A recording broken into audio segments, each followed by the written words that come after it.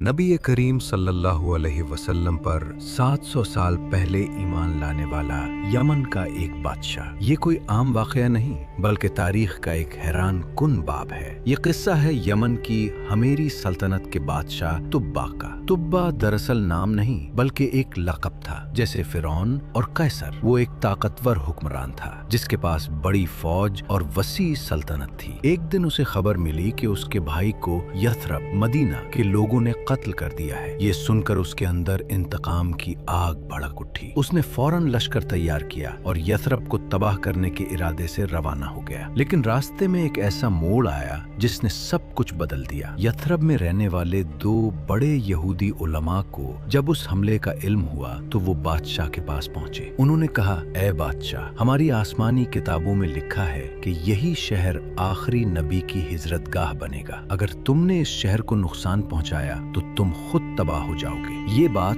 تبا کے دل میں اتر گئی۔ وہ صرف طاقتور ہی نہیں بلکہ سمجھدار بھی تھا۔ اس نے فوراً اپنا ارادہ بدل دیا، حملہ روک دیا اور یثرب والوں سے صلح کر لی۔ مگر اصل حیرت انگیز واقعہ ابھی باقی تھا۔ انہی علماء سے گفتگو کے دوران اس نے آنے والے نبی کے بارے میں مزید سنا، حضرت محمد صلی اللہ علیہ وسلم۔ ان کی صفات، ان کا دین اور ان کی سچائی کے دلائل سن کر تبا کا دل گواہی دینے لگا۔ اس نے وہیں ایک خط لکھا، ایک ایسا خط جو صدیوں کا فاصلہ طے کرنے والا تھا۔ اس نے لکھا، اے محمد صلی اللہ علیہ وسلم، میں آپ پر، آپ کی کتاب پر اور اس دین پر ایمان لاتا ہوں جو آپ لائیں گے۔ اگر مجھے آپ کا زمانہ ملا تو میں آپ کی خدمت میں حاضر رہوں گا، اور اگر میں پہلے چلا گیا تو قیامت کے دن مجھے یاد رکھیے گا، میں آپ کی امت میں سے ہوں۔ پھر اس نے یہ خط یثرب کے ایک معتبر گھرانے کے حوالے کیا اور کہا، اسے نسل در نسل سنبھال کر رکھنا یہاں تک کہ یہ آخری نبی تک پہنچ جائے۔ وقت گزرتا گیا، صدیاں بیت گئیں۔ پھر وہ دن آیا جب حضرت محمد صلی اللہ علیہ وسلم مدینہ تشریف لائے۔ وہی خط محفوظ حالت میں حضرت ابو ایوب انصاری رضی اللہ عنہ کے گھرانے میں موجود تھا، اور آخرکار آپ صلی اللہ علیہ وسلم کی خدمت میں پیش کیا گیا۔ جب آپ صلی اللہ علیہ وسلم نے وہ خط سنا تو فرمایا، میرے نیک بھائی کو خوش آمدید، اور ساتھ ہی فرمایا، تبا کو برا نہ کہو، وہ ایمان لانے والا تھا۔